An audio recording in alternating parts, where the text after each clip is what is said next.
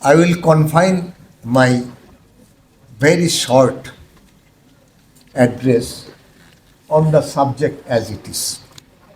The art of criminal practice before the Supreme Court of Bangladesh.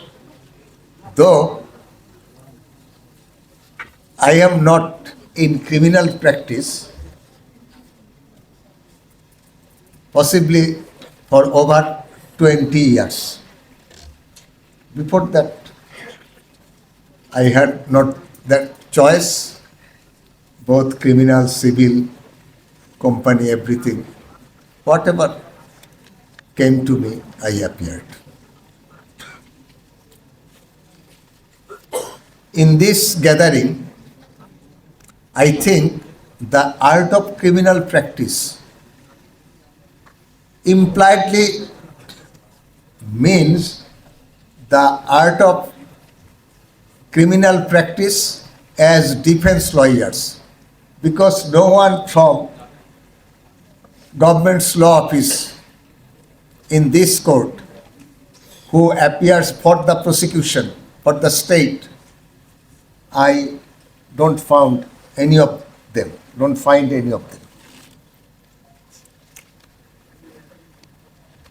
I think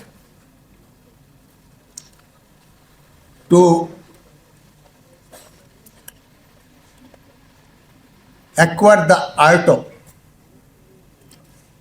criminal practice as a defense lawyer, first of all, we have to know the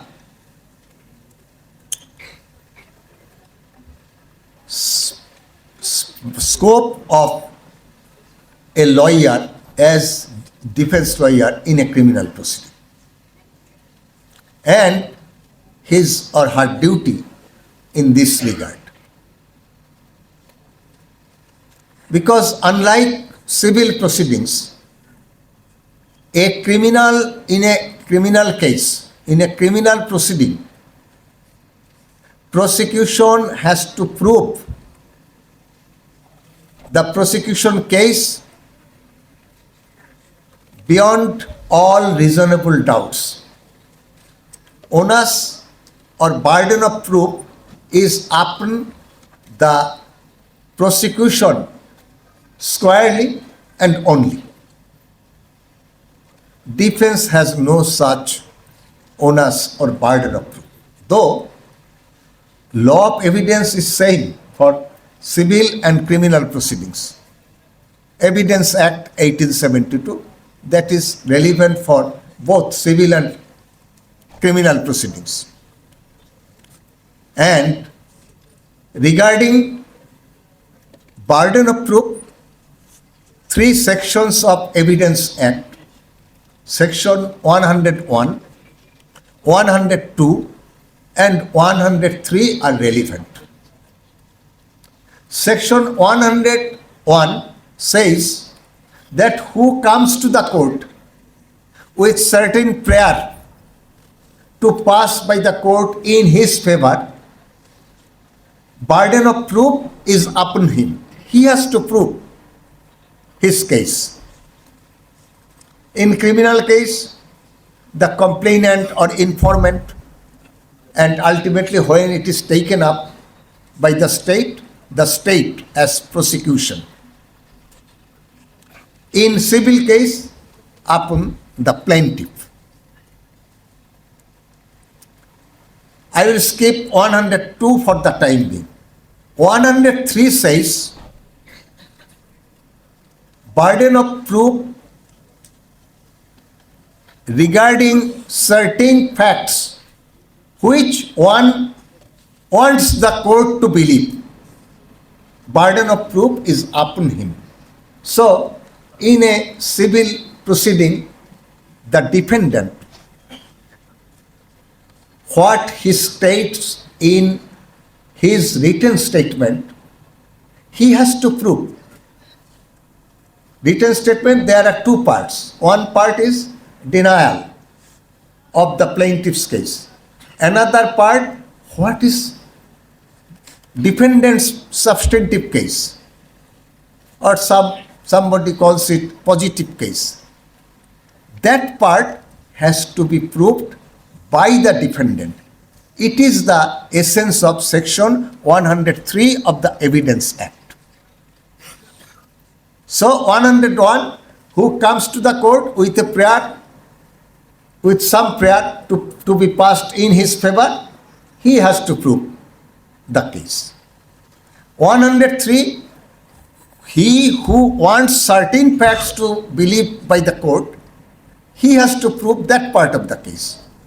And in between 101 and 103, there is 102, which says that burden of proof is ultimately upon that side who would suffer if no evidence at all was produced by either sides. কোনো পক্ষেই যদি কোনো সাক্ষী না দেওয়া হয়, ক্ষতি যার হবে, আলটিমেটলি বার্ডেন অফ প্রুফ তাদের উপরই।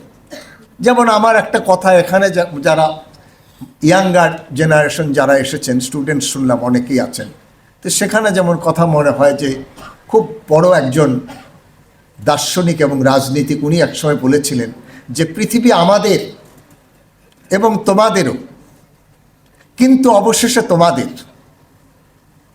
At the end of the day, it is yours, because you are like morning sun as 6 or 7 o'clock. তো সেই রকম এই এভিডেন্স একটা হলো 101 বলছে যে বাদীকে প্রমাণ করতে হবে তার মামলা। 103 বলছে যে যেটা বিবাদী হোক, কিন্তু যেটা একটা পার্টি বিশ্বাস করাতে চায় কোর্টকে, তাকে সেইটা প্রমাণ করতে হবে। আবার 102 সব কথা শেষ কথা বলে দিল যে প্রমাণের দায়িত্ব তার। যদি কোনো পক্ষেই কোনো কিছু সাক্ষ্য হাজির না করা হয়, তাতে যার ক্ষতি হবে, প্রমাণের দায়িত্ব হলো তার। এখন if we bring this provisions in the arena of criminal proceedings, what is that? One, according to section 101, prosecution has to prove its case. According to 103, if defense takes any alibi, defense plea, prosecution case is that এই সময়ে ঢাকা শহরের এই এলাকায় এই ঘটনা ঘটেছে, এই মার্ডারটা হয়েছে। ডিফেন্স একটা এলিবাই নিয়ে নিল যে আমি নির্দোষ, ন্যায় বিচার চাই। এর বাইরেও একটা এলিবাই নিয়ে নিল, না ওই সময়ে আমি ঢাকায় ছিলাম না, কক্সবাজার ছিলাম হোটেলে। এবং defence adduced evidence to prove according to 103, and it failed. It was not proved. Defense could not prove that at the time of occurrence the accused was outside Dhaka. What's the effect? What's the consequence of this? In a criminal case, nothing. Failure to prove an alibi, significance of it confined to that defense has failed to prove its alibi. But that does not, failure of defense, failure of accused to prove its alibi does not ipso facto prove the prosecution case. And that is exactly the requirement in a criminal case for the prosecution to prove its case beyond all reasonable doubt, independent of any weakness. It is also followed in civil proceedings also. Though it is said that defendant has to prove his substantive case, but there are a long line of decision, and that is correct in keeping with section 102 of the Evidence Act and section 101 of the Evidence Act, that irrespective of defendant's weakness, plaintiff has to prove his case to get a decree, to obtain a decree.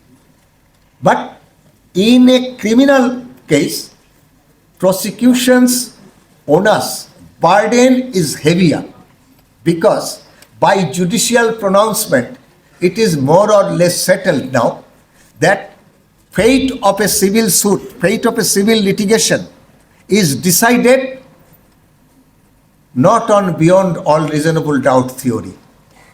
Fate of a civil proceeding, civil litigation is decided on the preponderance of evidence. Preponderance of evidence. For the students, I repeat. What is called preponderance of evidence? Comparative weight, worth, and quality of evidence. Preponderance means comparative weight, worth, and quality. Civil suit, a civil proceeding is decided by preponderance of evidence. Plaintiffs may have some weakness, but court compares plaintiffs' strong aspects and weakness in juxtaposition of defense evidence. And if court finds that worth, weight, and quality of evidence produced by the plaintiff is better than that adduced by the defendants, then suit is decreed. But in a criminal proceeding, in this way, a prosecution case is not established. Unless, beyond all reasonable doubt, prosecution proves its case, the accused on the dock cannot be found guilty and, for that matter, convicted or sentenced. So, this is very clear.